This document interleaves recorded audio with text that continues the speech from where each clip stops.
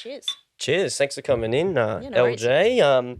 We're going to start off with trying your homebrew beer. I said to you, bring in some of your homebrew and we'll give it a crack. So you just said that it was bottled like last year, basically. Yeah. 25th of June. It's a wheat beer.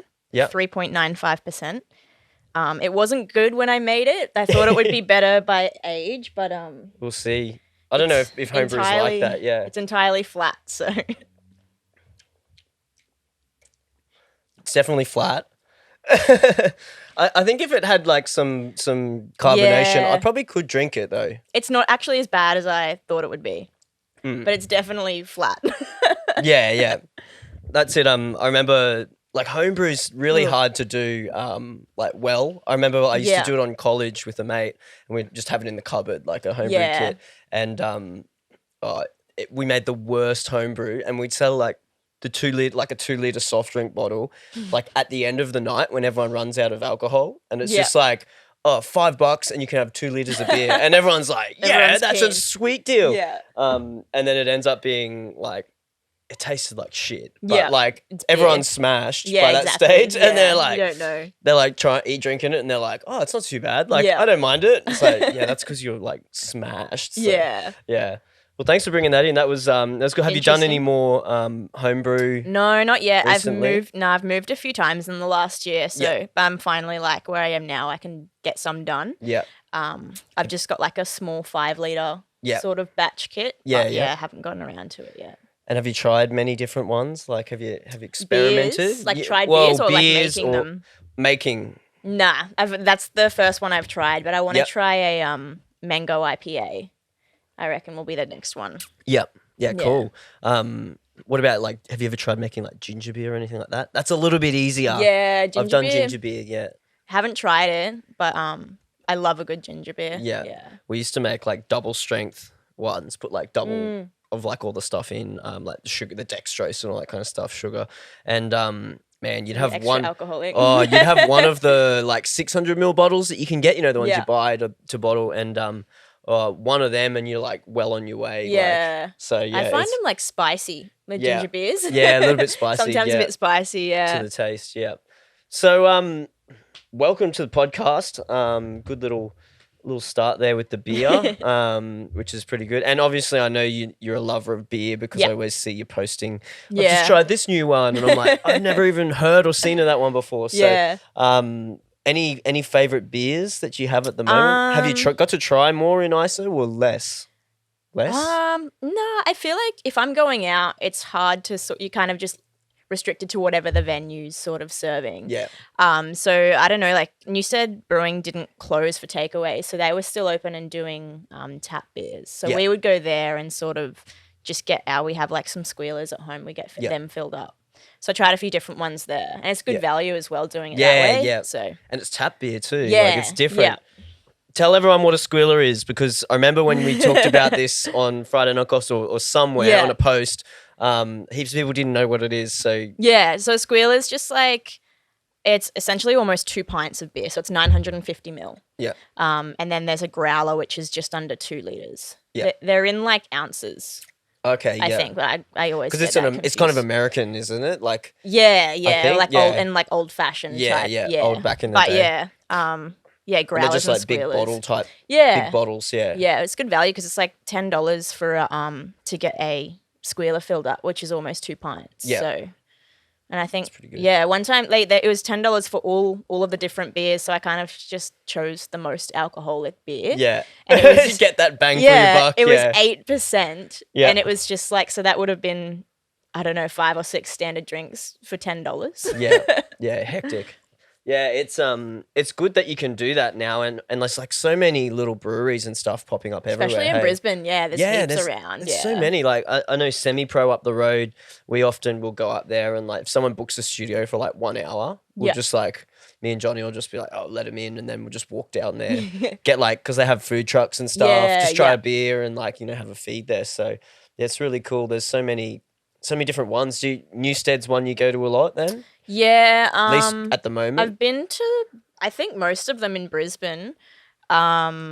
Stone and Wood has a tasting room in the valley now as well, which is quite nice. Yeah. Yeah, there's so many in Brisbane alone. And there's a few on the Gold Coast as well that are really good. Yeah, cool. And Sunny Coast as well has a few. Yeah. But yeah, I don't know if I had a favourite. It's hard to choose. Like, there's favourites based on beer styles and then favourites based on, like, atmosphere. Yeah. I suppose it's different because, Yeah. What's your favourite kind of beer to drink then? Like, I reckon, like, an IPA or pale ale. Yeah.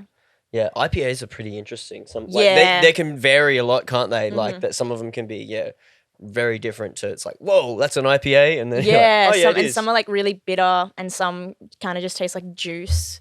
Like I think it's Green Beacon released one recently, and it just tastes kind of like juice, like fizzy juice, in a good way. Yeah, but it's also really strong, so it's kind of dangerous. Yeah. It's probably a good like outside summertime sort of a refreshing sort of drink, but gets you smashed as well. Yeah, pretty much. That's the best thing. And so like with the beers and stuff, like when you go out, then you said you sort of got to drink what's at the venue. What's your go-to when you go out? Then like, what do you sort of always go? Oh, well, that's there. I'll just get that because I know it's going to be there. Like, yeah, I guess it depends on the night. Like, my go-to is definitely Stone and Wood, just because it's like, it's a craft beer, but it's mainstream enough now that literally everyone has it on tap or behind the bar. Yeah. But if I'm just want to get the most of my bar tab, I'll probably go for Great Northern. Yeah, just because like usually it's just the cheapest. Cheap. I think the Met has them in cans. Oh, cans of them, yeah. So I'll grab a few of those before I play. Yeah, and just have them up there, waiting. It's just an easy option. Yeah. Now, you've been one of the most mentioned people on the podcast. Oh, I really? reckon. People mention you all the time. I remember like Shaw was saying, "Oh yeah, I knew like Lucy." I think Husky might have mentioned you at some stage, but you seem to always come up. Is this just because you're a YourShot trainer, you think? Yeah, maybe. Or how come? And I think I've How do you know all these people? Yeah, definitely YourShot has a like huge part of that. I've been like pretty heavily involved since I did it in 2016. Yeah. And came on board as a trainer last year, and that was awesome.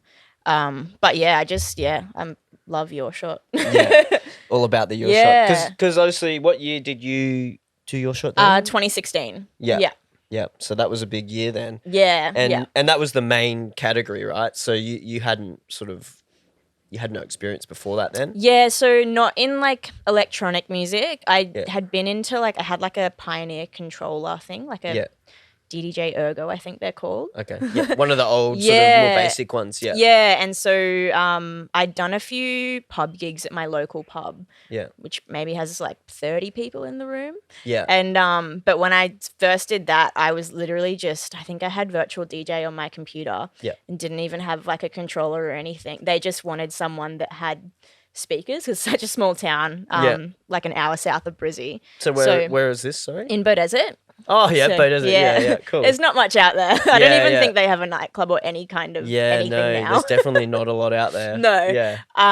But yeah, so I did a few there, and then YourShot popped up on my Facebook one day, and I was just like, yeah, okay, what have I got to lose? Yeah. But I remember being in the line for Rego Day. I was going to be late because I was at uni doing an assessment thing. Yep. I messaged their Facebook page, and they're like, "Oh, like we're here all day. Just come on through." I was like, "Okay, cool."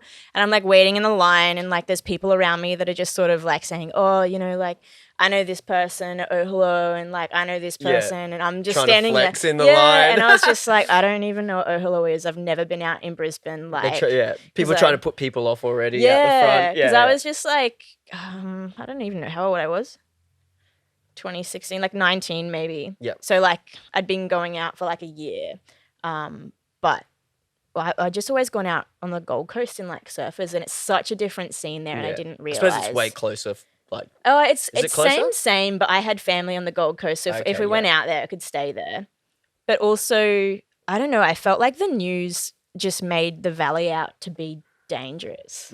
Like that's all I remember. It used to be back in the day, but I mean back in the day, like whenever I would like go out, my parents would be like, "Can't believe you go into the valley. It's so dangerous," because like it used to be way different to how it is now. Yeah, and it's like no, it's like a lot like better. There's like there's actually police there, Yeah. and stuff like that. But yeah, like apparently back in the day, it used to be like in the, I'm guessing like 70s and 80s kind of time. It used to be quite dangerous, I think. Yeah, but yeah, I guess.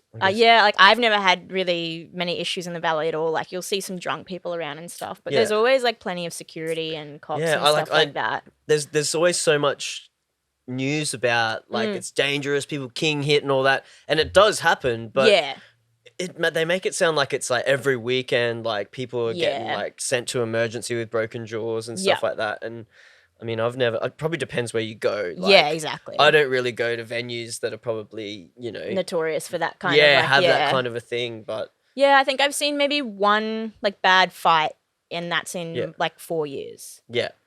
And that's me going out every weekend for 4 years. So I guess the stats on that are pretty good.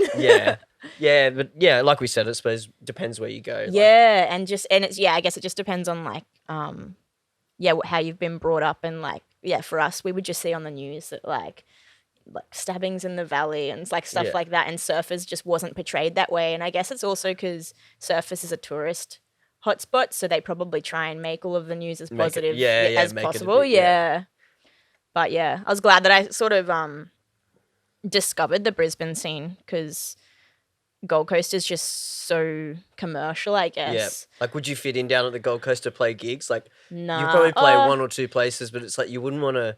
Yeah, I feel like I'm sort of someone who doesn't want to play commercial every like weekend kind of thing. Like. Yeah. I reckon it's probably a bit different now. I don't know. Some of the underground genres as well are now becoming more mainstream. Yeah. I guess that's just the cycles of it. But I've never even really played anywhere. It's like I've played at Rattlesnake. Yeah. And that was fun. It's a vibe there. But yeah, like that main strip of Surfers is mostly just like, from what I remember, this would have been like 2013, 2014, I guess. Yeah. Just like, it's just EDM, like big room remixes of whatever was on the radio type thing. Yeah. Yeah, it's an interesting place, the Gold Coast, isn't it? Because I think it's so portrayed as such a party like city and party town in terms of like going out and that, but when you go there, the music's all very commercial, which there's nothing wrong with that. But it just sort of strikes me as you'd think, if it's such a party thing, I would think there would be diversity, and like, you'd have different clubs that do different things, and that's why it's such a big party, because you can go and get what you want. But maybe it's just like, I suppose the beaches and the glitter strip, or whatever you want to call it, like everyone looking their best there. But so during ISO then, what's been going on with music for you? Because obviously there's no gigs to play, but have you been, working, staying up to date with music, or are you producing at all? Yeah. So I am producing, not as much as I'd like, just because like I'm still working, which is awesome. Like I'm so grateful to still have a job.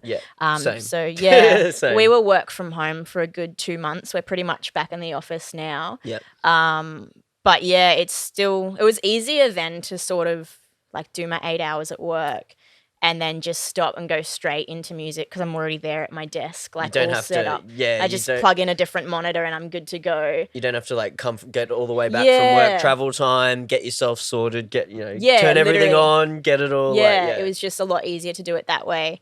But now I'm back in the office, so I guess that's an extra like hour and a half out of my day just traveling back and forth. And, you don't realise how much travel time there is involved I never complained before until I didn't have to travel at all. And I was just like, and I have to like put work clothes on. I can't just sit there in my pajamas all day. But it's been good. Like I definitely felt a bit more productive there for a while. So I'm trying to like keep that ball rolling and just basically just try and get into the routine of sitting down and doing something every day, even if it's just 5 minutes. Because most of the time it's just that starting and like, just getting that ball rolling. And then I'll spend 5 minutes and then 2 hours have gone and I was just like, oh, cool. Like that was a cool idea. I tell everyone that I'm like, just sit down and tell yourself you're going to do 15 minutes.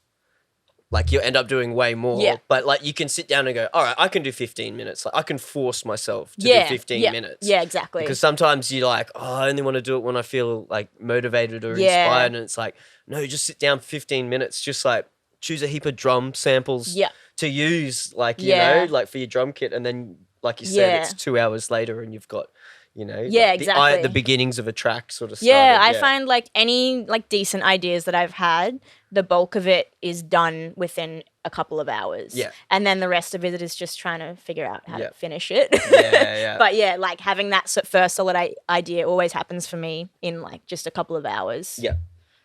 Have you put anything out yet? No. No, Yes? I don't did think put I'd out a seen it. remix. I feel like that was like the year I did YourShot or the year after. It was like an Alice in Wonderland remix. Okay, yeah. Because they put out the stems for that.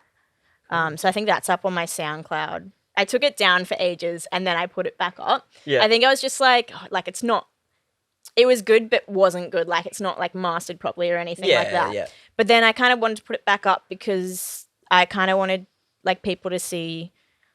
I don't know. It's so hard when you see like all of these new producers and putting out these songs and they're just such bangers, but you don't see the years they put in before that. Yeah. And I think that's like, for me, that's been such a deterrent for like trying to focus on music is like, oh, but this person's so good and they've just put that out. Yeah. But then you don't sort of see that they've been doing that for, they've had the another last 2 5 aliases years. already, and they've already put out like 12 songs, but it's just totally under these other brands. Yeah, that you don't don't even see know all about. of that. So I was just like, I'm just going to put it back up, and then when I start putting out more music, people can sort of like see the progression sort of thing. Yeah. Because that's such a big thing in the industry, people, and why production is, like you said, so hard sometimes to just start, because you're like, how do these people make it sound so good? And like when you just like, oh, I give up. You just exactly. Flip the keyboard over moment, and and but yes, I think that's really cool that you've done that to show that progression and stuff. Because so many people want just like perfect stuff online. They want, I want everything to be perfect, and it's like, no,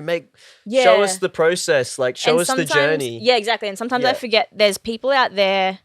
I don't know, when I think of SoundCloud, it's just a bunch of DJs trying to find like cool tracks and cool edits to play in the club. Yeah. And so most things for that purpose have to be mastered properly. If you're going to want to play it in like a big club system, it needs to be like proper.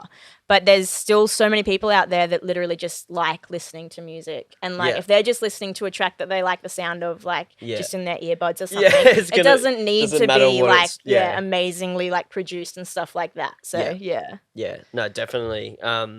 That's the thing. I want to put more music out. I think that is just like that, like on SoundCloud. It's like, oh, look, it's a cool idea. Like, I don't want to pay for it to get mastered, or I'm not going to send it to a label, or I'm done with it. I don't want to sit here and tweak it and make it like amazing. Like, that's what it is. Yeah. Just sort of mix and master it a bit, sort of, and get it out there. Yeah. Because like you said, I think it's awesome to just have those ideas sort of out there to show people that there is a journey and progression. It's like, someone writes a banger and they've probably written like 10 other tracks within that 6-month time period that are all rubbish, but you just don't see them. Yeah, exactly. Yeah, and I think it's just really hard for people starting out. They sort of get in their head like, oh, I'm so rubbish, like I can't even make a bass line that sounds any good. And I've struggled with that a lot, because like I've been learning music since I was little, so like I did piano lessons, and then I was self-taught on the guitar and stuff like that. And I was in like school bands and stuff as a kid.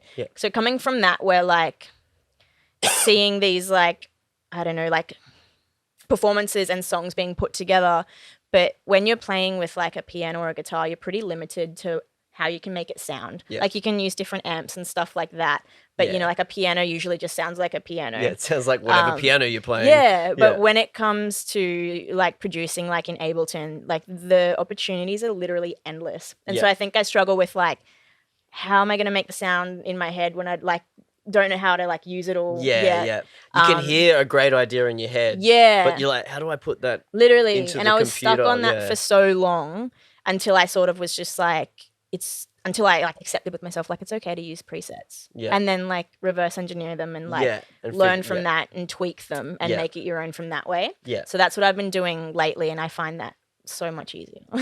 Yeah, of course. Yeah, and it's a great way to learn. And like, I think Art Supplies I was talking to him the other day, and he's like, there's people out there who literally all they do is sound design. Like all they do is make presets. That's all they do. Like that's their 100% their job. Yeah. And it's like, if you think you can make a sound better than them, like you got to be pretty good first of all. Yeah. But why not take what they've got as a base and then change it and make it your own? Like it's not like you just get the sound as a sample. Yeah. You've got the option to change it. Yeah, and exactly. I think too many people, like you said, so like, no, I want to make everything myself. I want to make all the stuff. And I always love that. I haven't seen it for ages, but it's that like, it's not really a meme, but it's like a written thing. And it's like, oh, I wanted to make my own, drum samples. So I sampled my own drums. And then I realized that I didn't make that drum. So I started, so I got the skin of an animal and made the drum. And then I realized that animal, like I just got the skin of him. So I raised a sheep to get this, or whatever animal it was. And it's like, how far do you go back to have to do that? Do you have to build your own synthesizer to then, you can take it so far, but it's like, at the end of the day, the finished product is kind of what matters. Yeah, exactly. Yeah. And there's like just with music production, like people have so many different individual talents. Like some people, like I think I watched a tutorial from Slumberjack the other day. Yeah. And they were talking about how they put so much effort on the drums, and they're kind of just like, if you can have like your drum beat make someone dance, you're like 90% of the way there with your track already. Yeah. Whereas like you can have other artists that are just like really melodic and stuff, like really pretty sounds, and like that's the focus of their track, and the drums don't even matter so much. The drums are like just sort of in the background almost. They're just there because they have to have a beat kind of. Yeah. So there's so many different like elements that you can be sort of good at, and it's so overwhelming as a producer starting when you think you have to be good at every like different section, I think. Yeah. And then people are like, I've got to learn how to master now. And it's like, well, how many people like, at like the top guys do you reckon actually master their own stuff? Yeah. Probably not many. Like they'll probably do masters to play in a club and test out and stuff. But it's like when it actually comes to the final master for the actual track, the release. And they usually recommend you don't as well, just so you can have someone else's ears come across it and get that other perspective. So when you've written the track, you know exactly what's gone into it. Yeah. And that's not necessarily what the audience is hearing. Sometimes you're like emotionally attached to parts of it. You're like, oh, I remember I wrote this and I was real inspired with the track, and like that's what like got it into it. And then someone comes along and goes, yeah, I don't like that sound. Yeah. And you're like, but it's what made me write the whole track. And it's like, yeah, but it doesn't sound good. Like, yeah, you get too invested, I think. Yeah, for sure. And when you listen to it over and over, like, sometimes I get to the point where I'm like, does it even sound good? Like, I can't tell anymore if it's good or not. Yeah, I get that sometimes. Like last week, I just sort of sat down. I was just like, I'm just gonna do something today, and I was just messing around with like I wanted to do like a Flume remix, and I did it and it sounded really cool and I was really happy with it. And every time I've listened to it since, I'm like still happy with it, which is rare. Like I feel like sometimes I'll wake up the next day and be like, oh, that's a bit shit. But like I'm still like feeling good about it. I just need to sort of like complete the track and like. It's all those like, it's that 10%. Yeah, I call it the sparkly bits. The sparkly bits, like throwing the glitter on top. That's just like little ear candy here and there, something, Sometimes it's just like effects or white noise or risers or just a hole, where you like leave a gap of silence, like at the end of it, or a little fill or something. Like that stuff's I reckon that's probably where most people get stuck. Yeah, because it's like how long do I do this for? Like, how much do I add in? When is it finished? Like I find I get to like I'll do the intro and then. Sometimes actually I just get the intro and don't even get to the drop because I feel like I suck at writing drops. But like with this one I did the intro. So when you start writing with the intro, is that what you're saying? Sometimes. Yeah, it just depends. I rarely like a lot of my stuff, it's more like trappy but kind of future bassy kind of stuff. So it's like, in that realm. Yeah. It's somewhere in between. But I like sort of real like melodic stuff, which is why the intro is usually a bigger deal. For my ears. But with this one I sort of like did the intro and did the drop because it was like a remix. Like the bulk of the track's there, so you kind of know where it's going to go and how you want it to sound, which is a lot easier. And I did like the intro and the drop and I was just like, oh cool, that sounds sick. Where do I go from here? It's just like... then you got to write the other bit. Like you've got that instant gratification of like, cool, that sounds good. But then it's like, if you really want to like finish it, that's when the hard work sort of comes in from there. It's kind of the difference between like producing and DJing is like when you're DJing, the whole time you're just getting that gratification of like when the drop happens and you do something cool, the crowd like goes off, you get the reaction. But like production, it's like you do it and you're like, oh, cool, I made like a dope drop. Now what do I do? Yeah. Like, you know, like, and there's no one here going, yeah, that was sweet. Like, let's go back and write that. You know, you need like a hype man in the studio almost. Like, let's do the. I reckon you could make a dope build off this. You know, that's what you need. Like sometimes I'll send the drop just to like some friends, and be like, "I had this idea," and they'll be like, "Yeah, that's cool." And I'm like, "Okay, cool." I'll come back in like a month when I finish the rest of it. Do the rest, finish it off. I feel that like, you know, it's so hard sometimes when you do it and you just don't know what to do then for the rest of it. It's like, oh, I'll just start a new track. Yeah, and especially when like for most tracks, you know, the intro and the first drop is the bulk of it, and then the rest of your song's just going to be like variances on that. Yeah. So it's just like, it's hard to get over that and like, put in the hard yards that and first just, bit sorted. Yeah. Yeah, exactly. Yeah. And so instruments and that, you said piano, you learnt piano, you taught yourself guitar. Yeah, so I did. Anything else? What else have you done? Because you said you're in bands. What instruments did you play? Was that guitar and piano? Yeah, pretty much. Rhythm guitar I started with in the school band, and then keyboard as well. But like I've always been really shitty at reading music. Yeah, it's just because like the sheet music they gave us in like the stage band had the you know how like sheet music sometimes has the guitar chords written on top as well? Yeah, yeah. I just went off that because I knew the chords on the piano. So it just had like the letter of like what the chord. Yeah, so it'd be like G minor, and I just didn't even have the notes, the actual notes. And so like I felt like I kind of just like got away with not being very great at it, but like I could still like do it. Just make it up as you go, but just, as long as it's in key. Yeah, and like if it was like a song that sort of the piano was a big element of it, I think we played like Signed, Sealed, Delivered or something. So like the keyboard in that song is like a lot more prominent. So I had to like properly learn like the jazz chords and like. Which means you got to practice. I guess, then. You sit there and actually practice it. No one likes practicing. Literally, that's the hard worst, part. But yeah, with piano, actually, it's funny that you say that. I was pretty good at piano growing up in comparison to the other people that were sort of in the same class that I was. Yeah. And I remember we had like a mini Eisteddfod one time, and the other parents were sort of like to my mum, "Oh, like she's pretty good. Like, how do you get her to practice?" Yeah. And like my mum's like, "No, she's just a prodigy." Well, it wasn't even that. It was just like, I guess these parents wanted their kids to play piano. It wasn't necessarily the kids wanting to do it. Yeah. Whereas for me, I don't know, my parents were just pretty laid back. They were always just like, "We're not going to make you do anything, but if you want to do it, you know, we'll pay for it and we'll help you." Like, because like piano lessons are expensive. Yeah. Like I reckon that I feel like they were like, when I was doing it, like $50-$60 a lesson. Yeah. And like that adds up when you've got like 3 kids and stuff like that. Yeah. And all the other sports that go along with and everything. Yeah. Man, I wasn't into sports, but like she sort of just said to these other parents like, "Oh, like I don't force her to practice, but she'll sit down for like 15 minutes a couple of times a day, like whenever I felt like it." But a huge difference was finding the right teacher as well. Yeah, that's like big. I remember it was like, you know how like piano and all music has like the different grades and stuff. I did preliminary properly, did the exam and everything, literally finished it all, and I didn't do bad. But then I came out and cried to my mom, and I was just like, "I don't want to do that ever again." Yeah. And she's like, "Oh, but you like music?" And I was like, "Yeah, but that sucked." Yeah, doing lessons. Doing like grading and getting like, judged. Play this scale. Yeah. Play this song. Oh, you were meant to play that note a bit harder. Like, it was just so precise. Yeah. And then she was just like, "Oh, that's okay. Like, we'll find you a new teacher."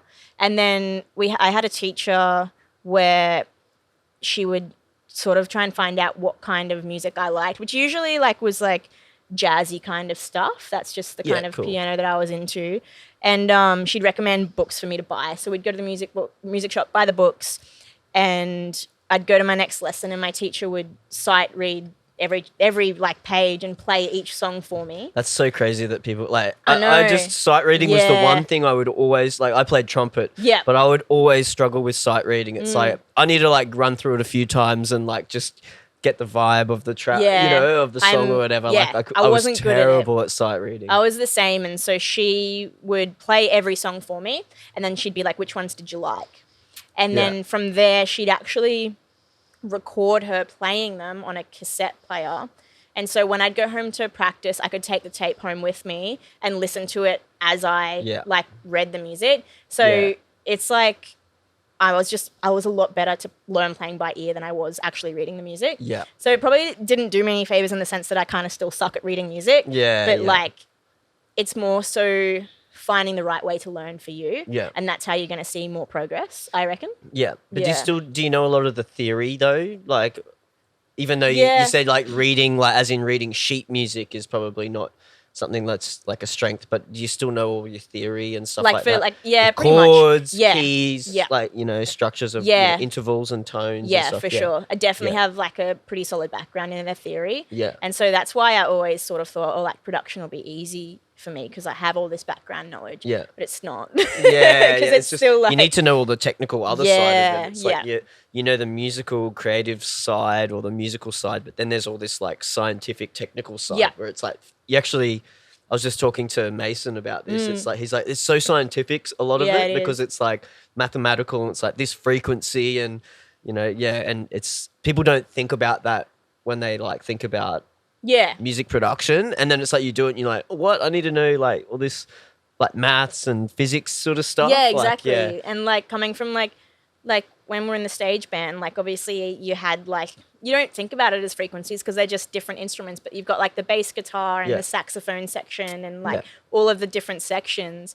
But when you're putting a track together, you kind of have to cut out certain frequencies to make sure they don't all clash and like use EQs and stuff like that. Whereas like with live music, someone else does that. Like, you just play the music and then they do it. Yeah, it's so different. I love describing to like my friends and people who I grew up doing like classical or like jazz or anything with, sort of describing like DJing as it's like conducting like two bands at the same time. Yeah. But they're like the most perfect band you've ever heard because they play everything exactly how you want. Yeah. And you can like make the low end not play on one of the bands, like cut the low end out of you and just play theirs. And when you describe it to musicians like that, they're like, oh, I kind of get that now. Like I understand what you're doing. Like it's interesting to talk to like, live musicians and explain it.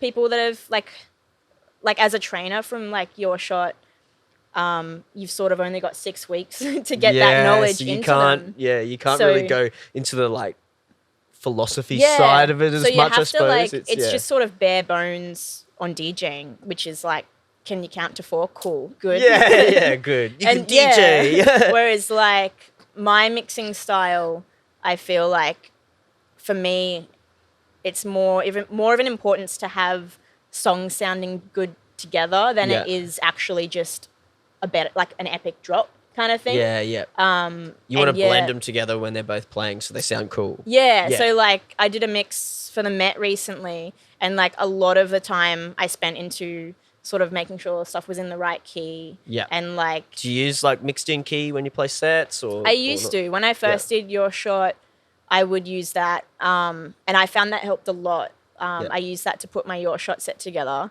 But then I bought a new computer and just never sort of fixed the licensing up. Yeah, because you got to go on the internet every time you want to use it too. Like, and it's like, oh, it's so annoying. Fix that mixed in key. Yeah, well, I just, like, Ableton does an all right job and I know how to read keys. Yeah, and also, like, they have, like, the traffic light system now in Ableton and it just, like, lights them up in green. Yeah. It's, like, crazy how you don't have to really think about much. But I just use that now. But also... And even like the Pioneer stuff does it as well. Exactly. Like it does the key, tells it's in key, But my ears, I guess, are trained as well. Like if something... Like sometimes you can have 2 keys and the computer's going to tell you they won't go together, but it might still sound okay. Yeah. It just depends on like your ear as well. I think it's cool once you get into like, I never used to when I first started use mixing key at all. I was just like, I'll do it by ear. I'll just make sure it sounds good before I drop the track or whatever and like I'll figure it out. And because I used to practice like 2 hours a day, it was like I knew what was going to work because I've like, I'm like, I'm playing this track. I know like I've mixed in like these 6 other tracks before in the last week. Yeah. So I know like how they're going to go. But now like I use it just to have there as a guide to be like, I'm going to play these tracks. And if I can't think of a track, I can just go like, oh, what's in key? Like what's like right next to it? And sometimes it'll just go like, oh yeah, that'll definitely work. Like, but then there's cool things that a lot of people don't use who use mixing key, but it's not just, you know how they always say it's like you can go one step or you can go, you know, like either opposite, way, yeah. or the A and B or Yeah. whatever it is. There's actually different steps. Like you can do 5 steps, you can do like 3 steps, and it's all different key like interval jumps. Yeah. So sometimes, you know, I think a 5 step is like going up a tone, so it's almost like it's an energetic sort of lift into stuff. So it's like if you know your music theory, and you look up, I actually just for a friend converted like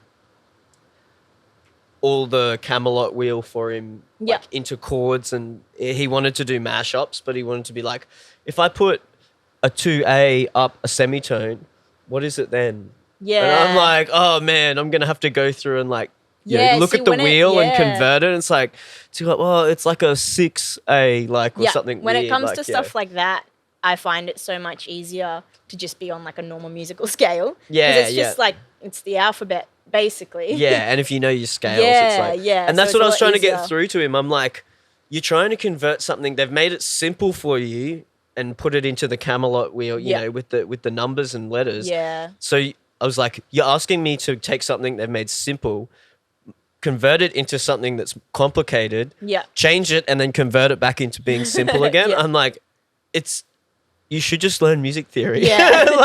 Because then you just know what you're doing. Like I'm fine with like record boxes analyzing with all of the keys and stuff like that. But if I'm like trying to mix into someone like another DJ and they've got like the Camelot wheel sort of on there, I sort of struggle with that, especially if like the decks aren't linked or anything, so they don't tell you what's sort of going to match. Key, and so I'll just like get my phone out and like look up the Camelot what's wheel. What's 2A? Then I'll like go from there. It's a G or whatever it is. Yeah. I couldn't tell you the conversions either. No, it's too hard. But it's basically the circle of fifths. If people know their music theory, it's the same thing. Camelot wheel is a circle of fifths. Yeah, okay. But just added with you know with numbers and letters. Yeah. So it goes up a fifth each time, like C, G. I'm not going to try and figure them all out, but it goes up in fifths, up and down in fifths. Yeah. Learn your music theory, everyone. It's important. So growing up then, like how did you said you started playing a few gigs at the pub. Yeah. How did I get into that? How did that start? Yeah. You know? It was how did you get into playing those gigs at the pub? It was so organic and natural. Like it's a bit funny. But basically, like I had like siblings that are like 8 and 10 years older than me. So when I was quite young, you know, they had like the LimeWire and like they were downloading. Back in the LimeWire days. They were downloading like their favorite songs and stuff like that. And so I feel like I came in and sort of inherited their iTunes library of songs. Yeah. Which at that point was like Fall Out Boy, like just like all the emo phase. All of that kind of stuff. Yeah. And is this like mid to early 2000s kind of times or something? I reckon like 2006 or something okay, like that. Yeah. So I remember that time, Yeah. And even before that actually. But yeah, my parents bought me a iPod Shuffle, and it was like the white one, and literally you just pull the end off and then it's a USB to plug into the computer, and that's how you like got your music on there. It was literally a USB with like a headphone jack. And it was 512 megabytes. So it held a massive 100 songs. Yeah. So you that had was to big back in the you know, like it was huge back then. Like my sister had like one of those iRivers, which were like they held like I don't know 5 gigabytes, which was huge back then. Yeah. But I had like this little iPod Shuffle with 100 songs, and I thought that was epic. And so then I'd have to just carefully choose the 100. Which 100 songs Start I was curating putting onto your my playlist. And then it went from there, and then I guess MP3 players sort of got a bit more popular. And then my parents' friends who were just completely technology illiterate were just like, oh, can Lucy like put some songs on our MP3 player? And then so from there, like my parents' friends would have been like 40 or 50. So I'd be like, oh, like what kind of bands do you like? Yeah. And then I'd sort of have to just, I don't know, be my own Spotify algorithm and just figure out what kind of music they would want to hear. Yeah. And they were happy with that. So then from there, it would just be like, oh, we're having a party. Can you put a playlist together for that? Yeah. And then they'd hire speakers, and I'd just set up the laptop and I'd use iTunes and just skip the songs. And then, that just kept happening for a few years. And I was literally, it was just my parents' friends' 50th. And so you were just a selector for the 50-year-old parties. Yeah, so I 50th was and just stuff. like very, I guess you would describe it as like wedding DJ, just like the classics. So is this like lots of 80s and that Yeah, kind of 80s, 90s, like earlier stuff, yeah. And then I think my cousin was having like a going away party at the Bowie pub, and they were they were just like, oh, can you just do it again, do the playlist and stuff. And then I did that, and then the people at the club were just like, oh, like, will you come back next week and do that again? And I was just like, yeah, okay. And I did that a couple times, and then from there I did YourShot. But like I did a few like friends' house parties, and it was literally just me unplugging my parents' surround sound system, chucking that in my car, and just like rocking up to this just paddock. a ghetto ass setup. Yeah. But like doesn't sound good at all. Definitely broke all of those speakers. Pushing them too loud. Like, it's like. But yeah, it was just pretty organic in the sense that I just liked music, and I just naturally became good at reading crowds. And I still genuinely believe that that's reading the crowd is more important than your mixing skills. Yeah. Especially if you're not like, if you're playing like a ticketed headline show and everyone's coming to see you, then maybe you can do what you want. But it's definitely different sort of ends of the spectrum there. But in general, like that's a big thing. Like when you're playing clubs. And venues. Even if you're like playing a residency where you're supposed to play like, you're like there to play a certain genre. You've still got a responsibility to read the crowd and have them entertained. Yeah. Or even like it depends on your time slot as well. Like, you know, like are you opening, warming up, closing, or, you know, playing that main that's slot? Definitely like a huge thing as well. Like at Oh Hello days, sometimes like I would cover for people and play the open slot, but at the same time still play my 2 a.m. slot. And so like I always had a very that like flexibility to play diverse range of music. And how many people do you know like they get a gig somewhere because they just happen to have their USB or their gear on them and fill in for someone at a set. Yeah, exactly. And then they go, I like that, you know, the promoter or whoever at the venue goes, I like that. Like, you know, like come back and do a warm up or an open for us or something. And exactly. So always take your USBs. I literally always say that to people. It's so easy to do. Just put on your keyring. Always have your USBs. Definitely a hot tip for everyone out there. Who was your trainer when you went through? Dippy. Dippy trained you? Yeah, cool. How was he as a teacher? Yeah, it was awesome. I loved it. And I think like I felt like kind of like a bit of an underdog because like I knew no one in the industry. Yeah, because you weren't even from here. And now I know that YourShot, usually a lot of people know each other or know people that have done it previously. Yeah. And it was kind of cool just coming in not knowing anything about it previously. Yeah. So I had just like, I didn't even go out. I didn't even know what the clubs were like in Brisbane. So I didn't have what's hot? What do I play? Yeah. You know, so I didn't have any of those pressures. It was literally just me. I want to put together a set that sounds good for me. Yeah. And so that's how I put my set together. And I remember at one point we sort of went around our class, like everyone sort of introduced themselves and what genre they were playing.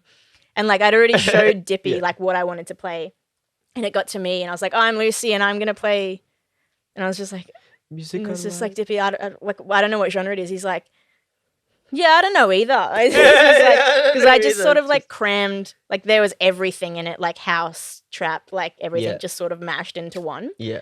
But that was just how I wanted to sort of put it together. Yeah. And so that obviously went quite well. Yeah. For you. And I think that worked out in my favor because it was different. Yeah. And I was like, it was more of like an overall mood of the 20-minute set than it was a certain genre that was hot right then.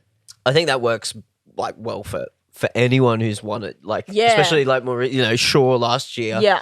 Like, interesting set. But, you know, like different. It had a point of difference. It wasn't just like playing all the bangers that everyone loves and plays all the time in the club, you know. And because if you think about who's all the people judging who are in the industry, they're going to appreciate like a point of difference more than, you know, just having playing the top 100 that are in whatever genre you enjoy. You know? Like, and I literally have people all the time that are just like, what's your best piece of advice for someone doing YourShot? And I was just like, play what you love. Like it sounds like it's just some half-assed advice, but it's like really like genuine. Like that's what will make you stand out. Yeah. Especially if it's a bit different as well. Like don't be afraid to be different. And you need to look like you're having fun on stage. Like when I see videos of my set, I'm just like at YourShot, I'm like, who is that? Who is like, that yeah, person? I still don't even, like even now, like rarely have that kind of energy sort of on stage because it's just this whole different like environment. Yeah. I don't think I've seen any of your set from YourShot. I'll have to, is there video somewhere of some of it or anything? Yeah, I'll send you some videos. There's some out there. Yeah, cool. Yeah, awesome.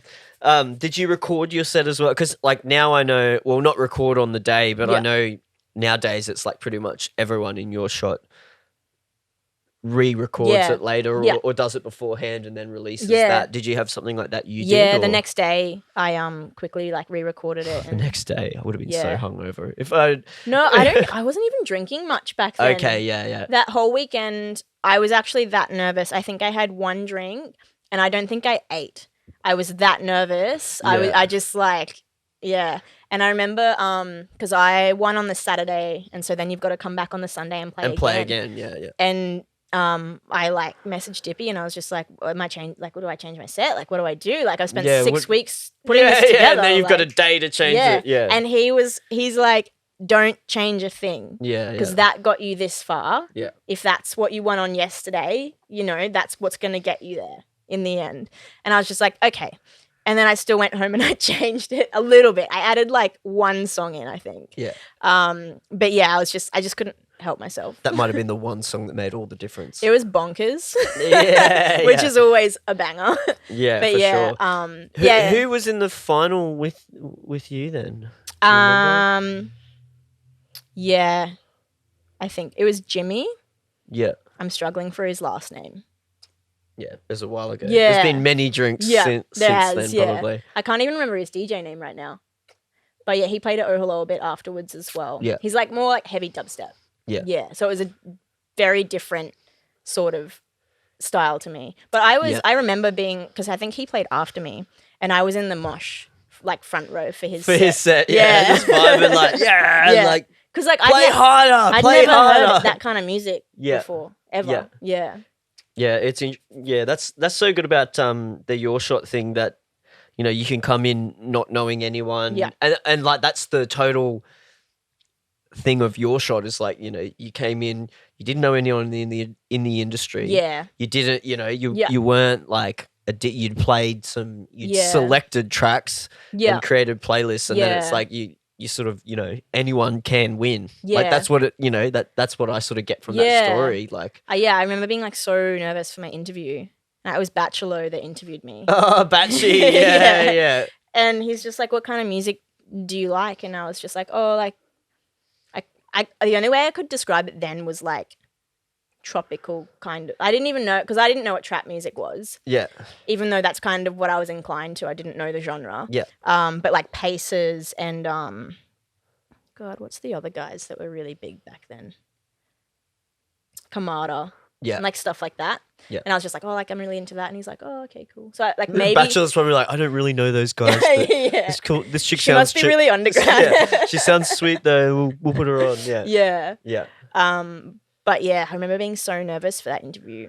And like I was also just like, I don't have experience. Yeah. But it's not like I've never stood in front of a little bit of a crowd before. Yeah. And he's just like, have you played in a club? And I was just like, no. Have you used CDJs? And I was just like, not actually sure. What's a CDJ? Yeah, I was just like, I have like this little controller. And he's like, it's fine, you're a beginner. And like, I know now, because I ask people those questions now when I interview. And there's people that have like, some people, like there's so many different knowledge. Like, yeah, I think the way we sort of determine it is like, if you can comfortably play in a nightclub on CDJs for 20 minutes, you shouldn't really be in the beginner's comp, which makes sense. Yeah, because that's what we're teaching you. Yeah, for exactly. 6 That's weeks, what we're teaching you. So yeah, some people I think end up back in the wild cards if they sort of like say, like they might say they're a beginner, but if they can comfortably play, it's one of those like hard where you've got to like determine sort of where they go from there. Yeah. I've got this master plan that 1 year, all the people who are like super experienced and never entered all go in the wild cards and just make it like the maddest wild card lineup ever. Like wild cards is sick though. Like but then get YourShot to stream the wild cards. Yeah, that'd be live cool. Because you know how it's all it's in headphones, so it's not, you don't get that vibe. Well, you can easily live stream that. Like just with a, like just plug in an audio cable and stream that, and that'd be like, I'd watch the wild cards from Sydney. I'd pay $5 to watch a live stream of the wild cards in Sydney. Yeah, because it's so other different places as well. Like not maybe not for Brisbane. Like I'd just go to the event, but in other places around Australia, I'd totally watch a wild card like event. Yeah. Yeah. It's ideas. YourShot. People at YourShot. Get it happening. But yeah, that'd be really cool, I think, to just take over the wild card stage with just like heaps of people, like, because there's so many people who are like been in the industry who haven't been through YourShot, and they could actually potentially be in the wild card, right? It's kind of anyone with experience. Is that how it works? Yeah, wild cards is just basically, you have experience, but you've never entered if you entered as a beginner, you can't then go back and re-enter as a wild card. Yeah. So if you've never done YourShot, you only get one shot. Yeah. That's your shot. You only get one shot. Yeah. So literally anyone with like experience that hasn't done it before can enter as a wild card. Yeah, cool. Yeah. That'd be interesting because I'm sure there's a heap of like big guys out. I was talking to Graveyards about entering. I was like, we should enter. And he's like, should we? I was like, let's do it. Yeah. But that's cool. And it's happening again this year. October is the is that when the start of the interview day? Yeah. Is in October. I think it was October 10th, was it? Yeah. I don't know. I'll check my calendar. Yeah. But it's definitely October though. Yeah. Yeah, cool. And that's going to be like at Birdies and stuff again as usual? Yeah, I think so, yeah. Yeah, cool. It's good that they've got that sort of happening again, and it's going to be like I suppose a summertime thing. Yeah, almost? that's going to be so different because winter was kind of nice, especially because it gets a bit sweaty in like the upstairs room and stuff like that. Yeah, it's going to get real sweaty now. But it'll be a cool vibe. Some drinks in the sunshine. Yeah, it'll be good. It will be really good because there's nothing better than a day party. Yeah, exactly. So in summer, I'm a big fan of day parties, especially now that I've gotten a little bit older. It's like I can get smashed and then go home and drink water. Yeah, before I go to bed. Last night, I went out. I was with some friends for some beers, and we went back to their place, and it got to 9. And I was just like, getting a bit late. I used to start DJing at 3 a.m. Yeah.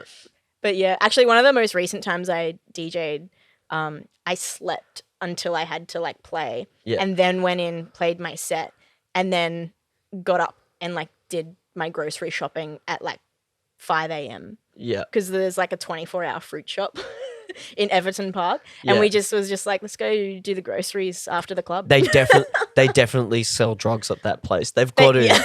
A 24.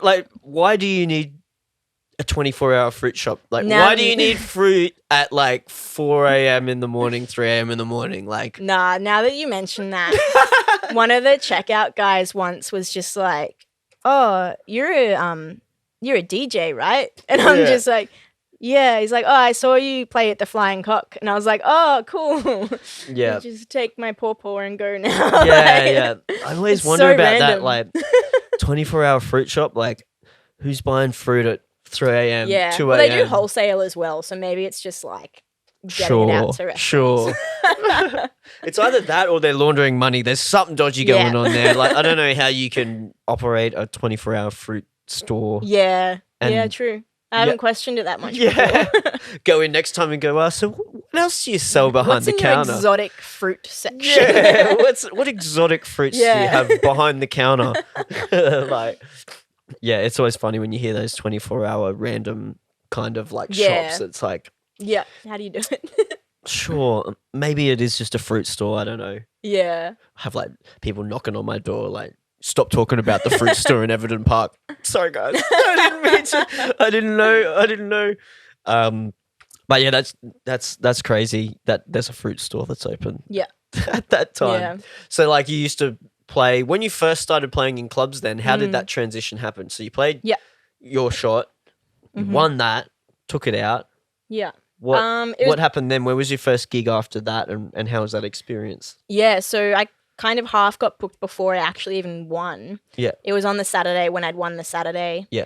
And the Oh Hello guys came up to me, which was like Moss, Damien, Killer Prince, and I think Dippy told me about this, but not on a podcast. I think it was after we did the one with Mickey and Dippy playing out here. We were like in the Friday Knockoffs chat, and people were asking questions and like all kinds of stuff. But tell us the story about what happened there. Yeah, I just so they came up to you. Yeah, they just came up to me and they're just like, "Oh, we have this night called Trapped, and yeah, like if you're keen, like we really think your vibe would suit sort of our club." And I was just like, "Oh yeah, cool, like that's I'd love to." And then I'd go home. Yeah, then you like go home. You're like, no, literally go home, and I like got my phone like, "What is trap music?" Yeah, yeah. What is trap music? And then look on like for Oh Hello as well. Like, yeah. Where's Oh Hello? Well, it was just funny because like I remember when I met Moss, the first time, and because like when you're in training, they sort of like Dippy always brings in some people, and like gets them to talk to the class. Like, from the industry, and he brought Moss in one week, and like I guess just the stuff that I'd been like looking up. Like with targeted ads and stuff, and Oh Hello ad had come up in my Instagram, and it was like Moss was doing like a headline night there. Yeah.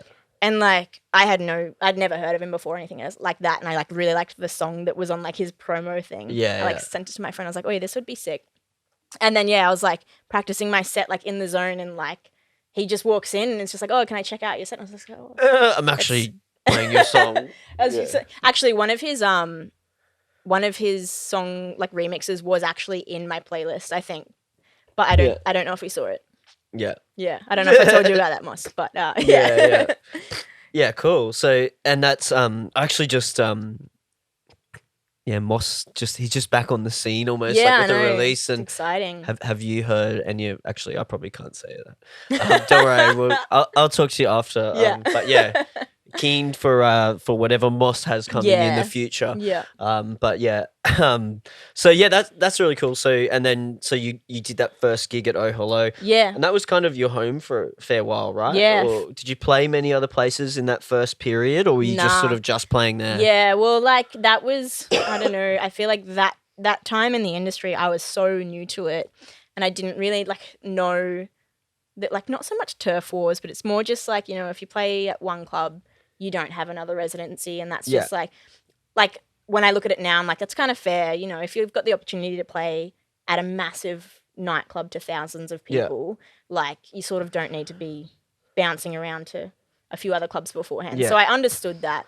But yeah, I was just like, I'm happy to be loyal here anyway, because like it was such a cool vibe there. Yeah. And it's always like the crew as well, and the community. Like that's what I've realized over the years. It's like it's everything within a club adds up to making the community what it is, and that's what makes the club. Yeah. It's not just the DJs, it's not just the staff, it's not just the production, it's not just the smokers area, it's not just the decor, it's not just that. It's like it all combines together to pull in the right crowd that likes that. Yeah. And then that's what makes it. It's actually the community of punters, people who want to be involved, promoters, DJs, and all that kind of stuff. Yeah. And I think Oh Hello had like a really cool vibe, especially around that time when you when you're talking about, was this like probably 2017, 2016? Yeah, so when you first started there? Yeah, my first set was in 2016 after YourShot, but I actually went there once after YourShot, but before my first set, because I was just like, I better go check it out, so I don't look like an idiot when I would rock up and I've never even been there before. And you go there and you're like, where are the bathrooms? And everyone's like, oh, I can't believe we booked this person's never been here. Never even been to a club in the valley. But I messaged like one of my friends who did YourShot. We had like our group chats and stuff. I was just like, does anyone actually want to go to Oh Hello and see? I think it was Gans that was playing. He's like a future bass kind of artist.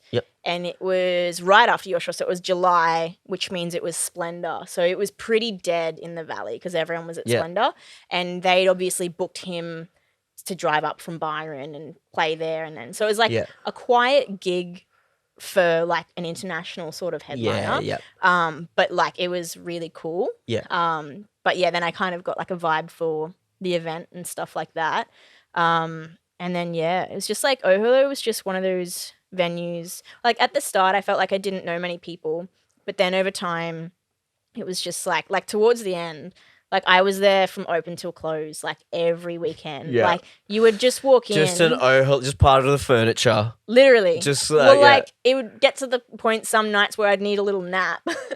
And I'd just hide under the lighting booth. I was going to say, where was the little nap area? Yeah, under the lighting booth. Yeah. So where was the lighting booth then? Because Oholo. Yeah, they changed it. Has changed heaps, and it used to be. I remember it as mono as well. Yeah. And so like, is this when the main like booth and stuff was up sort of to the side on a stage, or is it when it was in that little booth? Yeah, when I first started, it was with in the pole behind it. Or it was just that pole, and you were just sort of in there, and then the bar was like directly opposite. So it was like that when I first started. Yeah. And then for their big events, they'd have the stage set stage up over to the side, and then they just sort of like stopped taking the stage down.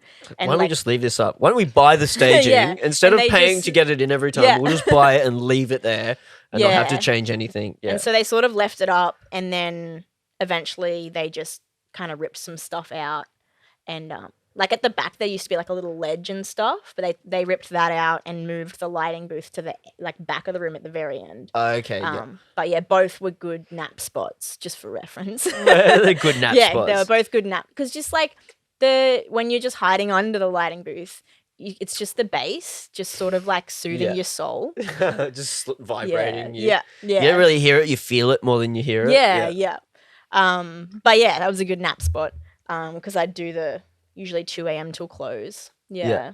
But go in early still. Yeah, because it was just like it was the community. It was the vibe. Like you'd know people. Like friends would come in. Like sometimes I go to venues that I play at, and it's just like I don't really know anyone there except maybe if I brought a friend or I know the DJ that's playing before me.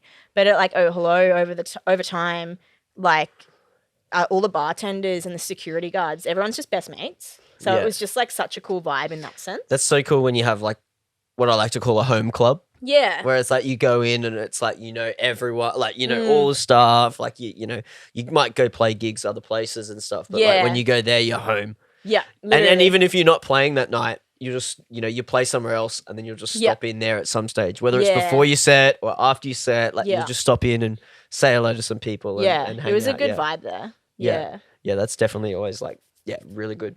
Did they have the secret artist guest room thing there still when you were there? They had like the green room at the green room where there's no. It's not like there's no handle. Yeah, it was leopard print of it the was door. Like, yeah, and it's just it opens up. Yeah, and they used to have the little stairs up to the window that you could look down into the. Oh, do you remember? Like when you come in the door.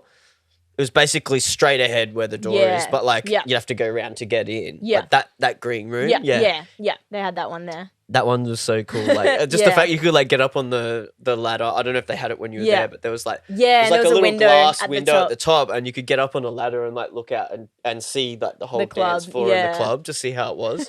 Yeah, that was such a cool one, and no one knew it was there because there's no like handle or anything. It was literally just like it was just like this leopard print wall. Yeah, you had to know that it was there to know. I wonder what's going to happen.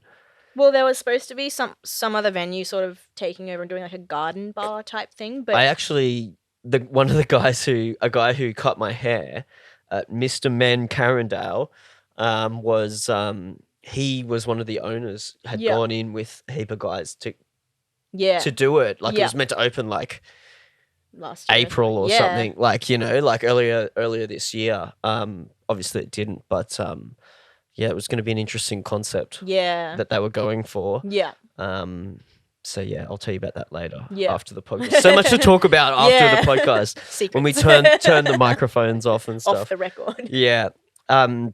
So what's the plan now for you? Obviously you're doing music production, and you said you're doing sort of like trappy, future bassy kind of stuff. Is that what you're producing? I'm really bad at describing sound. I'm still sort of figuring out the sound that I honestly don't think I will.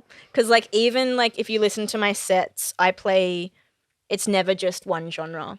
And it's so all over the shop, I think not all over. It's a vibe. It's a certain feel. Yeah, like it works, but there's always different genres within the same sort of mix. So I feel like that'll come across in my production as well. But yeah, at the moment I'm just sort of like trying different styles and like trying to figure out what works for me. Yeah. But yeah. Anything that you're liking so far, like styles wise or Like in vibes? comparison to what I'm like sort of going for. Yeah, sure. Yeah. Whatever anything you're enjoying, like making or have been playing with. Yeah. Yeah. I guess like sort of some of it's like future bass and trappy. I don't know. That's the best way I can describe it. Sort of like Hex Cougar, kind of like Yep. Akali, Alice in Wonderland, Yep. that kind of stuff. Yeah, cool. Yeah. Yeah, awesome. But yeah, that's my vibe at the moment. But yeah, I don't know. Yeah. And try a bit of everything Yeah, eventually. Like I guess the goal is to eventually sort of put out an album, and like I think the idea with an album is you've got that freedom to sort of go through different genres, and there's not as much pressure as just having a hit single kind of thing. Like even with like I think Quix's recent album, there's like a song in there that's just like pretty chill, and like I think I've played it at like Stockies on a Sunday afternoon because it's just like a future bass kind of like like hip hoppy housey kind of vibe, which you wouldn't expect from Quix, but like because it's an album, you can do that. You can have album tracks that aren't singles. Like they're just album tracks. Yeah. But yeah, I do want to sort of get some tracks out there that are singles. Yeah, cool. Yeah. Yeah, cool. I need to go to the toilet, so I'm going to go to the toilet quickly, and then we'll come back and talk about some more stuff. I want to talk about Sundays at Stockies too, so okay, we'll talk about that. Yeah. All right, we're back. Stockies. Yeah. How often do you play? Like, because I know you play there sometimes, and that is it something that's regular for you, or is it sort of every now and again, sort of feature set type stuff, or what? Yeah, pretty regular there. Yeah. Like probably once or twice a month. Yeah. Usually like in the beer garden, just like afternoon housey disco house vibes. Because that's, we've talked about you playing sort of more the trap future based stuff, but you definitely play the housey sort of like disco-y stuff. Because I think, to be honest, I don't think I've seen you play any of the trap future based stuff, because I've only seen you play at like Overlook and like other gigs where it's like house, like which is what you got to play there. So yeah, well, for a while there wasn't really much opportunity. Like without Oh Hello, to be honest, at Oh Hello, we it was kind of nice. We had musical direction, but also could get away with a lot. So we kind of like we had like a good, 18 months of the same 4 DJs, which is kind of like not common in Brisbane because there's so many DJs in Brisbane that they rotate them a lot. But I think by doing that, we sort of had the chance to build a vibe and like people knew what to expect. You were going to get. Yeah, literally. Yeah. So everyone had their own vibe to follow. But yeah, so like I play sort of bass house and trap sets at the Met. But I've played Coco as well, which is always fun.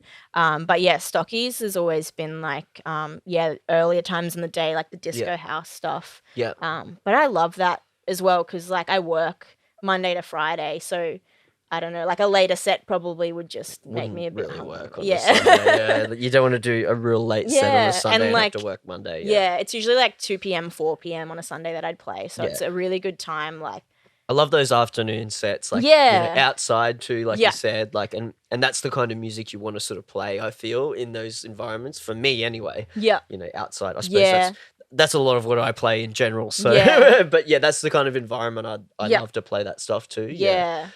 And so the then sort of like the trap sort of sets and stuff. Have you done many of them like inside or it's generally outside? Have you ever done any ones there?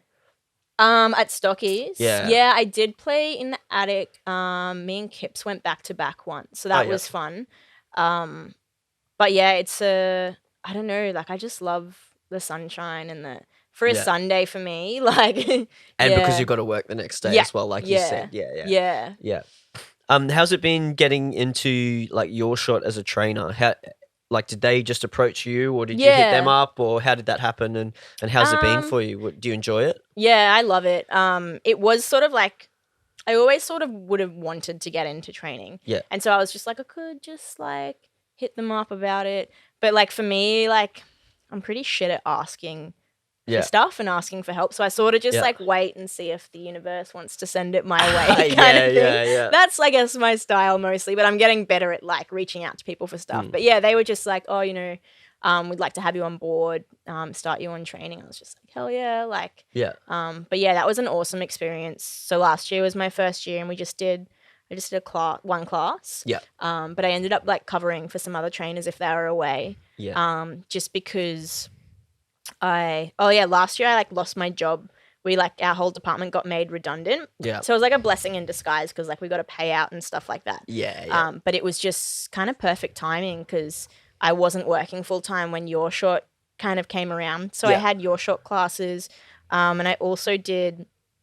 I don't know if you saw, but we did like we taught kids how to DJ in a Westfield. I saw that. Yeah, I was me and Kane Pridmore and Henry as well. Henry Epong, he was in it as well.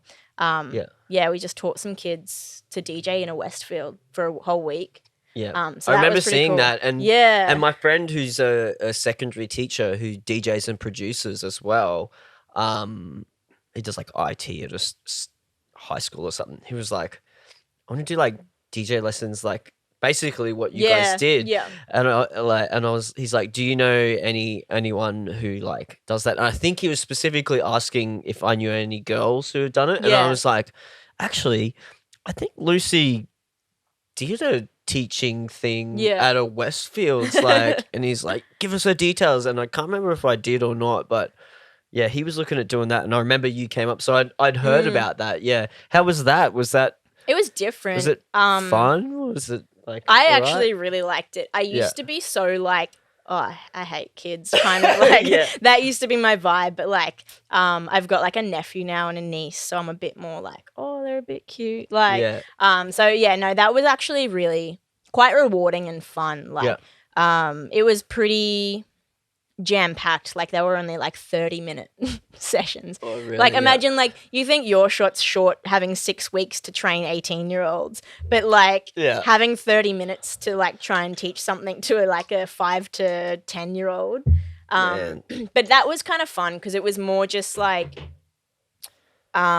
we'd have like a few tracks and then some samples loaded up. So we would just have the hot cues ready for them and just kind of press buttons. Yeah, pretty much. Like sometimes it was a bit like that, but yeah, it was just like we'd teach them how to sort of mix in 2 tracks, and once they could sort of get them in time, then we'd be like, play around with some samples and stuff, and like I think it was like Daft Punk, harder, better, faster, stronger, and we just had like each lyric lined up on a different hot cue for them to like play on their own. Because that's so amazing when you first start and you're like, oh, you can do like samples of things and add things in. Yeah.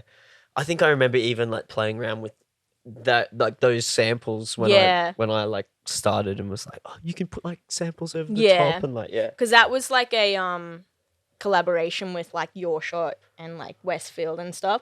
So like YourShot did the like syllabus of it, of like what you should like, I guess, what they sort of like, they talked to me a bit about it, like, what do you reckon we can sort of get into them in this short amount of time. And then they sort of did up like a structure for us, so that was good.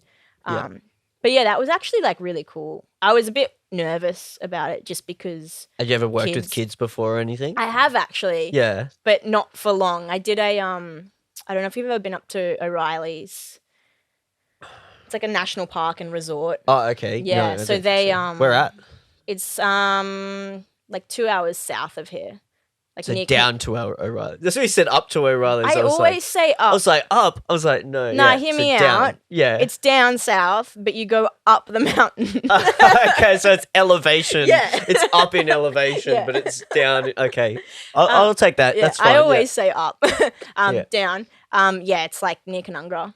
Okay. Yeah. But yeah, so I did like 2 weeks there, I think, a few years ago, working in the kids club.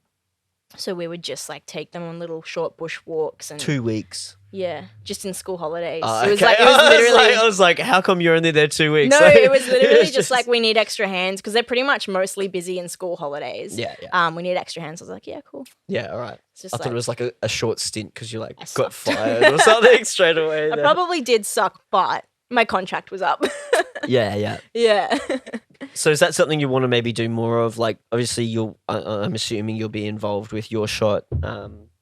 Yeah, hopefully. For the rest of or for this As year long at as they'll least. have me, yeah. Yeah. Yeah, I'll wait for them to confirm all the things, but yeah, I'm hoping. So they've spoken to you about this one so far, or not? Can't confirm yet. Secrets. Yeah, secret stuff, secret squirrel. But business. yeah, hopefully you'll see me back there. Yeah, this cool. year. That'd be cool. But yeah, like long term, I never thought I'd like enjoy teaching, but I do.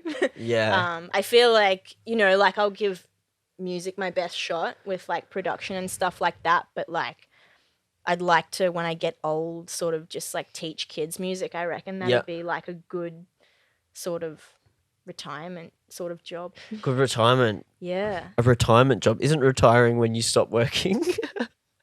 Yeah. Just doing a little on the side when you don't want to be like that'd be easy Monday to cash job Friday. though. Yeah. Not that I'm recommending you should like take advantage of the tax system, but but you should. Yeah. Yeah. Yeah, cool. So we've got YourShot that's coming up soon. What are you expecting from this year? Like, it's so hard to say. Like, you know, what do you think it's going to be like turnout wise and all that kind of stuff? Restrictions, like, what do you think's going to, by October? It's looking pretty promising, I think, for October. Yeah, well, I haven't really heard anything official yet, so I don't know. And like, I guess no one really knows what's happening with. I actually think I heard that Birdies is open. It is. Yeah. It is. No, one of the people who works there or does promotions or something was here on Friday. Yes, Friday. And she said it was open that night. So, yeah they are open, but obviously limited numbers and all that kind of stuff. So, hopefully that all clears up by that time because, like, it'd suck to sort of have COVID still sort of putting a damper on things at that stage. So, hopefully that's all, like, cleared up. But, like, they'll make it work without it. But, yeah. Like, that's the thing. Like, it's such a big company that they wouldn't do it if they didn't think they could pull it off in some way, one form or another. Like, you know, obviously they either know something or they've got backup plans or whatever it is. Well, like when I like first heard, they're not silly. Yeah, exactly. You know? When I first heard they were sort of like postponing it, it hadn't sort of really hit Australia, and like it was like before they were like saying work from home and stuff like that, and like that was kind of when I was first like, oh, it might get pretty bad here. Yeah. Which it actually didn't though. Like, no, we were pretty lucky. I think we were very lucky. I think it's lucky that we're on an island. Yep. Long way from everyone else. Yeah. To sort of be like, well, when you get here, you've got it. No one can just like cross the border. Yeah. And just get into the country like randomly. Yeah, exactly. So we're definitely very lucky in that sense. Yeah. But I think it's going to be interesting, YourShot this year. I'm pretty excited for it. I've been talking to a few of the guys. I'm pretty keen to come in and maybe judge this year. I've been talking to like Dippy and Nikki and everyone. Like everyone I know who's like sure we can get you even on board. even like Dr. Werewolf the other day. I was like talking to. He came into Friday Knockos. I'm like, dude, get me on. I'm keen to judge. I just want to come because literally every year I go, no, I'm not going to go. Like I'm not going to buy a ticket or anything. Yeah. And on the day I'm just like, oh man, I know everyone there. Yeah. It looks like such a vibe. It is a just vibe. regret it like hard. And I'm like, it's like, it's my favorite time of year because I go down and do, I've judged the Sydney ones since I did YourShot as well. Yeah, cool. I fly down and help out with them as well. And I think it's good for them to have like a unbiased sort of opinion from another state. Because you know when you're like when you're in the industry like in Brisbane, you kind of know everyone. Yeah. So like it's good to have that outside sort of opinion. Doesn't know anyone. Yeah, like here they're not going to be like, oh, they're friends with this guy who owns this or runs this club, you know. And like, exactly. Oh, if they get through, like I'll get it, or whatever, scratch my back, I'll scratch all kind of vibes that go around. But like Sydney is just they just. What's that like then? What's the Sydney one like? Epic. Yeah. What's the venue like? Because obviously it's always at Birdies here. Yeah, they've changed venues. So when I first went there, it was at the Greenwood Hotel, and the main stage was like outdoors.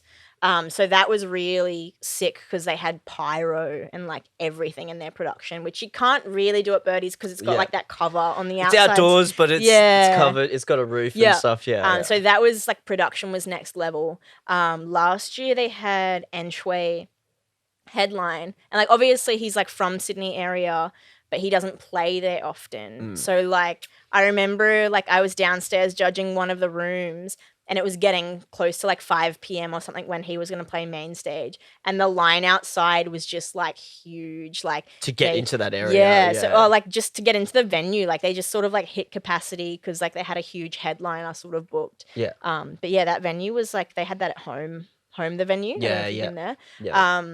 So that was cool because they have heaps of rooms there as well. So yeah, it's a good venue there as well. I suppose that's what you need for YourShot is you need to have multiple rooms to be able to run all the contestants. Yeah. Because they do so like it's like 150 people now or something. It's like it's huge. It's like so many. Yeah, I feel like it's usually around like 100 YourShot contestants and then around 50 wild cards. 50, or so. The wild cards. Yeah. They're just downstairs. And is it always a silent disco then at all of the venues for the wild cards? Yeah, it is. Yeah. Yeah, that's I don't remember I remember Sydney now. It's interesting that it's I think there's such an opportunity, like I said before about the live stream. There's such an opportunity there for the wild card category because it's like you know, everyone's in headphones at the venue, and so it's like you're not really getting the full experience. Yeah. But like you could be at home and check it out, and it's like you might have people who play down in clubs, you know, have experience down there, and you can like watch them go. Oh, a promoter might see him up here and go, "Man, that was a cool set. Like, I'm gonna hit that dude up and like you know get in contact." Yeah, so I think that could be really cool. But exactly. I think there's going to be lots of live stream stuff going on with venues it's weird and things. How it's going to be interesting, isn't it? Changed. Yeah. I haven't actually I've been enticed to do like a live stream from my apartment, but you haven't done any yet? No, not yet. It's just like I feel like it is a little bit saturated at the moment, so I haven't sort of gone out of my way to do it. If you're going to do it, you got to do something different and cool. Yeah. Or like you've got to have something. It's getting to the point now where I don't want to do it just to stay relevant in any way. I just really miss DJing. Yeah. So it's just like I don't even really want to play anything that's like bass heavy or anything, but I might just do like a stuff you won't hear in the club kind of set. Like, well, that's anything at the moment. Yeah, like I miss sort of playing. Yeah. Yeah. So you've got gear at home that you can do that kind of so stuff? I've got a I bought it when I started YourShot so I could practice a lot. One of the XDJ RX. Because that's what they use now for the comp. Yeah, right? yeah. They've upgraded to I think to XDJ RX 2s. So I've got the first. Similar vibe though. Super similar. Mine's a bit worn down, so I need to get it serviced before I can like use it properly. But yeah, it comes in handy just sort of having that. If you do have a gig that's like you need to bring your own gear, you sort of can. Yeah. But yeah. I remember like because I've just got I used to have a really super old controller that's like terrible, and then I got like CDJs like in the coffin case and stuff. And when I used to play races, dragging like a whole coffin case through the races, like and trying to get it to where it needs to go, and then it's like it's just such a pain to like take a whole big thing of like CDJs to an actual gig. Like it's so handy. The controllers these days are like so. Yeah. I never had like a case for it. I just sort of bought it and I'd just like chuck it in my car and like it's probably why it's a bit worn out. I would just one of my friends had a proper case for it, so I'd borrow his like Pioneer Flight case type thing. Yeah. But I recently just got a soft case for it, and it's so much lighter. It's just so easy. You can just swing it over your shoulder and take it in. Yeah, it's good. Soft cases are good as long as you're careful with it. Yeah. You know, you can't just like throw it in anywhere or whatever. You got to like put it down, like and put it. Yeah. To be gentle with it still. Yeah. Yeah. So I want to know. I'm interested to hear because I mean, we're talking 2015, 16, or no, 2016, 2017 was sort of when you started in the industry. Yeah. And I feel like since then there's been an explosion of like, you know, girls in the scene. How was that experience? Like, how has that experience been? I mean, you've probably got no other experience than being a girl in the clubs and stuff, but how has that been for you? Has it been because I talked to Mickey and she comes from a lot, older sort of when things were a lot different. How was that when you came into the scene? Being a girl and playing in Brisbane. No, for me it was good. Like, I guess these days a lot of venues and promoters do put on like a diverse lineup. I feel like there's almost more girls in the scene at the moment Yeah. than boys, or it's equal, you know, Yeah, or yeah. you know, or there's heaps, And it's I don't know. I feel like it's hard to draw the line. Like booking someone for the right reasons, I think is the most important thing. Like I like to see them saying like I don't know. You don't want to be booked just because you're a girl, kind of thing. Yeah, like, yeah, of course. Yeah, like you want to be booked because they see talent in you. Yeah. So there's a fine line there, I think, in the industry. But yeah, it's like it's good. I think. Yeah. The last. So that transition was good for you starting to play in clubs. I suppose because Yeah, you were at I Oh Hello didn't and have was any Mickey issues. Mickey was there at that stage? Almost, yeah. Like she'd Yeah. definitely been a resident there in the past, I think. But yeah, she sort of came in I reckon like the next maybe 2017, I think. So who were the four you were talking about? You said there was four that were like the main four. So it was yourself. Yeah, so it was me, Mickey, Pat Makem, and Scott Cleaver. Okay, yeah. And that was like the main four for like a good 18 months, I reckon. Yeah. Yeah. And then you just have like, you know, if you had gig, you know, headliners come in or whatever, like. Yeah. Yeah. Well, we like didn't have really many headliners at all. Yeah. Like obviously, like RIP, the club ended up closing. Yeah. So like towards the end, they were just like really, it was like a community vibe type thing. Yeah. Yeah, yeah. Yeah, it was cool. just like, everyone was just there because they loved the music. But like Mickey would play like an awesome intro, and then Pat would just, I can't even describe Pat's sets. He was just bangers. I remember like just bangers. Like, what does that mean though? No, literally the first time, because like I always thought Oh Hello was just this quite a little bit underground club. Like when I first sort of started there, they had Trapped, but then they stopped that and they started doing 4/4. You remember that one? It's like when Tech House, they were doing all that. And so I thought it was just this really like underground club. I'd only been on Fridays when they ran Trap. I started going on Saturdays and I played like Disco House. And then Pat played and I walked in and Pat was playing and he was playing Miley Cyrus, Party in the USA.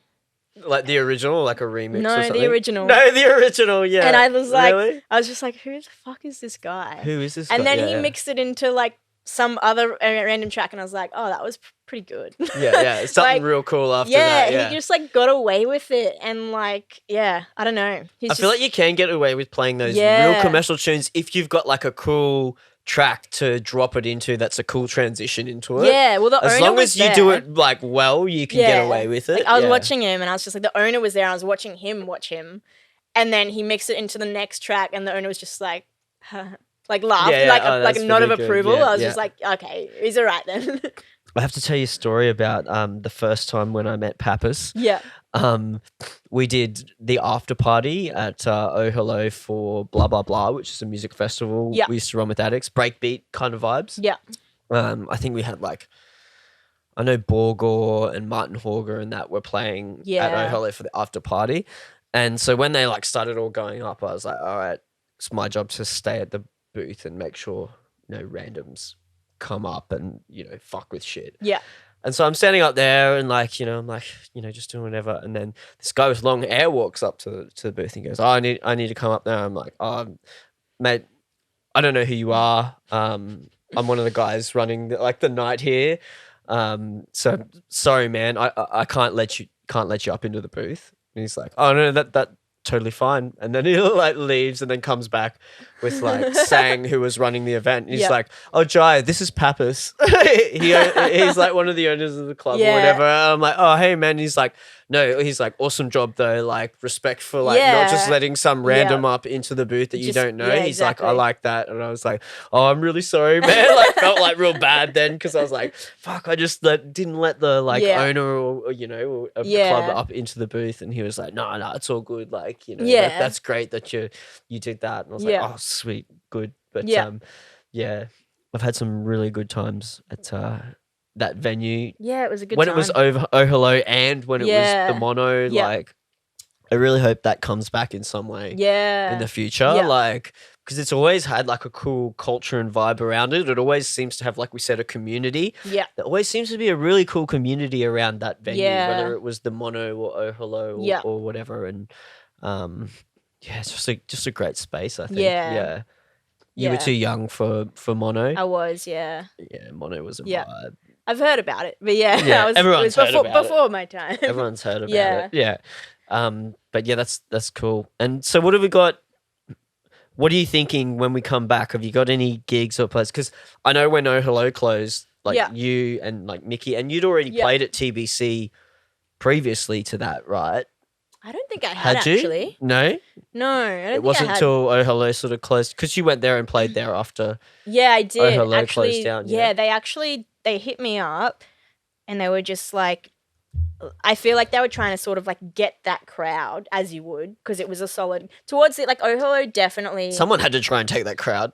It was like, honestly, like for a while there, Oh Hello, it was dead. Yeah. Like Saturdays were a struggle, and then they made it free, and then that's when we had a consistent sort of like goal for the night. Yeah. And then that's when we started like bringing people in. And I think like the thing we did differently was like most clubs were doing like a house night or a bass night, but we would just do everything. We'd do our night. And We'd do an Oh Hello night. So yeah. we'd cater for everything. And so like, you know, there'd be house in the middle and a bit of like bass music, and then I would play, I guess, like bass house and trap towards the end for like people that were just real kicking on. Yeah, ready to get into it. Yeah. But yeah, they were towards the end. Yeah, one of the promoters from TBC were like, "Oh, like, do you want to come over here and do this?" And I didn't really know what to do, because I was just like, I don't know where I'm going with my sound. Yeah. And I actually initially said no.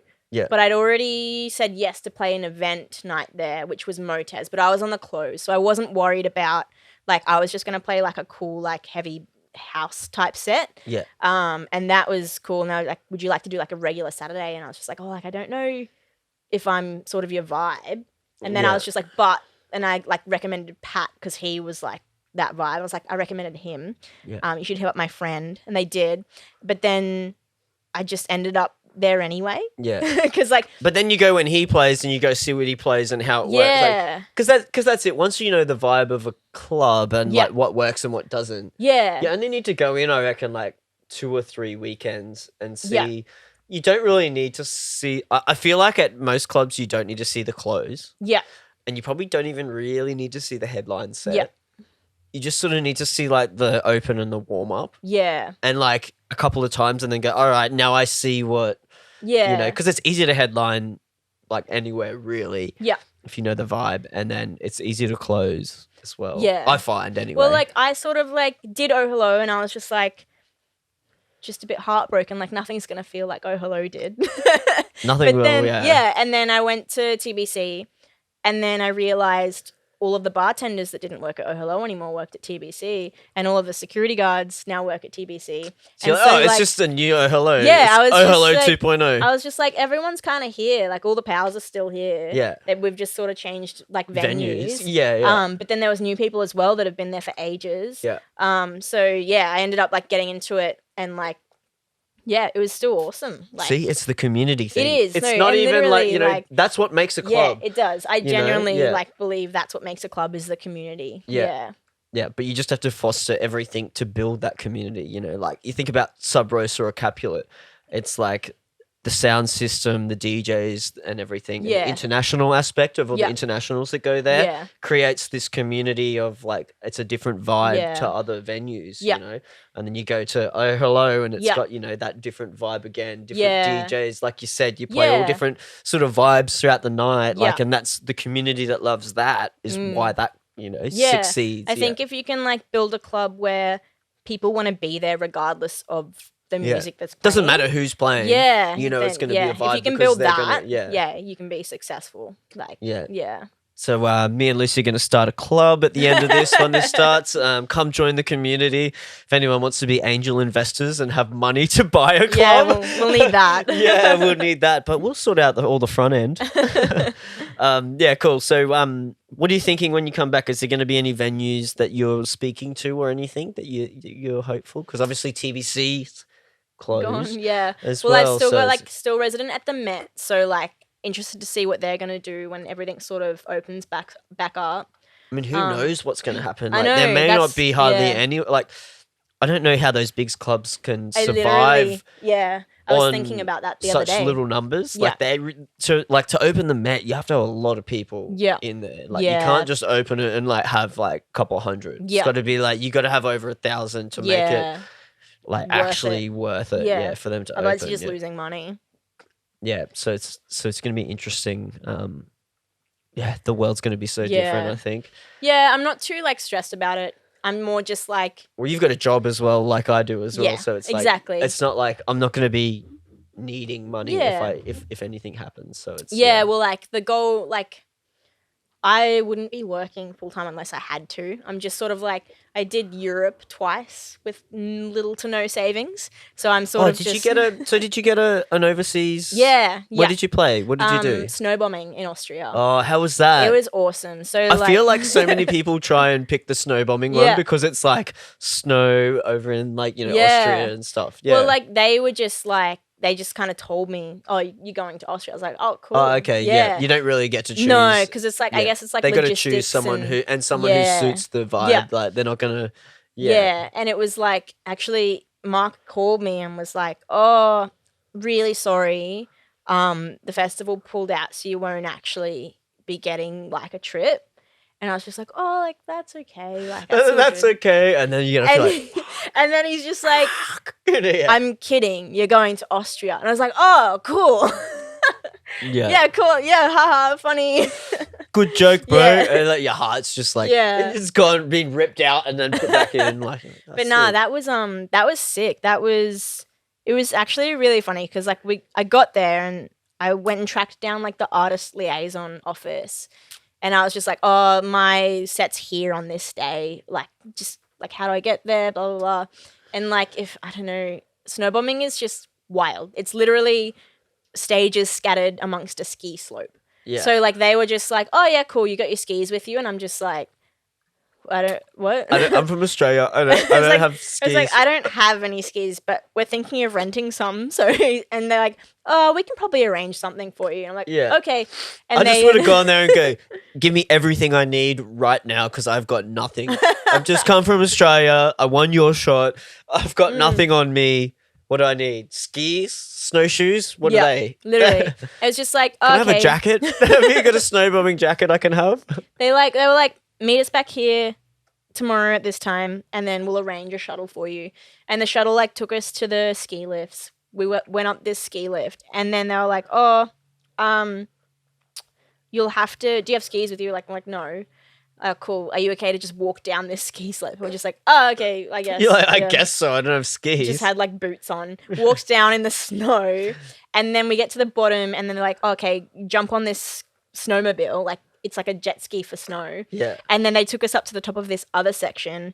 And then we were just at this like venue, went to the top of the venue and they had like a little veranda that was set up with decks and stuff. And then the locals like that were just there, they just brought me like beer and a pizza.